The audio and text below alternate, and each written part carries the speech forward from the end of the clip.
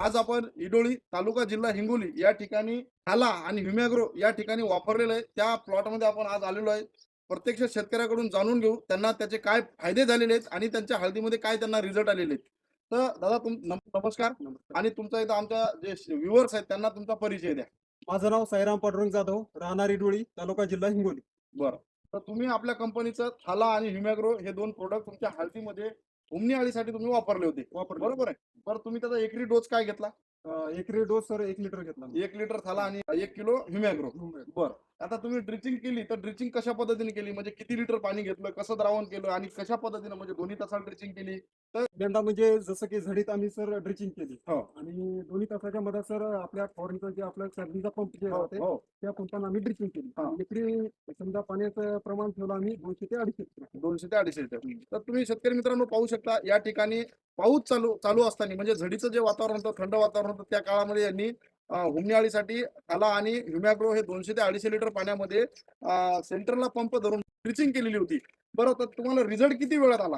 तर माझा 2 एकरचा तुकडा असं समजा लांबीची पट्टी होती. हो, तर त्यामध्ये काय केलं, 1 एकर आम्ही 2 भाग केले. हो. 1 एकरचा अगोदर आणि 1 एकरचा नंतर. नंतर केला. जे आम्ही समजा सुरुवातीला 1 एकरचा ड्रिचिंग केली. हो, हे आम्ही समजा दुसऱ्या भागाकडे गेलो हो, ड्रिचिंग करता वेळेस. तर सर मागून बाया समजा निघाय वेळेस होत्या. हो, तर समजा निघताना समजा रुई 1-2 समजा अशी बाहेर आलेली हो. होती. तर बाहेर आल्याच्या नंतर सर ती फुल पडलेली. म्हणजे लगेच मी समजा 2 ते लगेच 3 तुम्हाला तासात.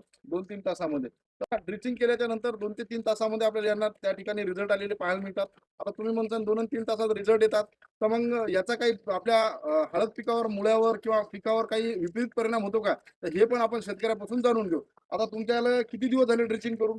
ड्रिचिंग करून तर जवळपास आता 15-20 दिवस होईल. 15-20 दिवस झालेले आहेत आणि हुमणी अळी तर तुमची नियंत्रित झालीच. पण याचा तुमच्या झाडाच्या मुळीवर किंवा तुमच्या पिकावर तुम्हाला त्याचा काही विपरीत परिणाम दिसतो का? विपरीत परिणाम काही नाही सर. जसं की एखादं समजा सुकलेलं झाड, एखादं वाळलेलं का काही असं काही काही तुम्हाला त्या दुष्परिणाम ठिकाणी नाही. दुष्परिणाम त्या ठिकाणी दिसत नाही. आणि बऱ्याच शेतकऱ्यांचा प्रश्न असा येतो, की मला कमेंटमध्ये किंवा फोनवर विचारतात, की बाबा मुळ्या जळतील का? किंवा हे होईल का? तर मित्रांनो हे जे औषध आहे हे एकदम सॉफ्ट आहे आणि याचे रिझल्ट तुम्हाला अप्रतिम भेटतात. तर प्रत्यक्ष शेतकऱ्याकडून तुम्ही जाणून घ्या सगळ्या गोष्टी आणि मी म्हणतो ना, फक्त एका एकरामध्ये तुम्ही त्याचा रिझल्ट घ्या. 8 दिवसाच्या नंतर झाडं उपटून पहा. त्या ठिकाणी तुम्हाला मुळ्या जळतात, की काय वाटते समजा याचे काय रिझल्ट येतं. स्वतः तुम्ही प्रत्यक्षात एकदा अनुभव घ्या आणि तुमच्या पिकामध्ये फक्त हळदच नाही तर कुठलंही पीक असेल तर त्या ठिकाणी तुम्ही हुमणी अळीचा बंदोबस्त या ठिकाणी करू शकता.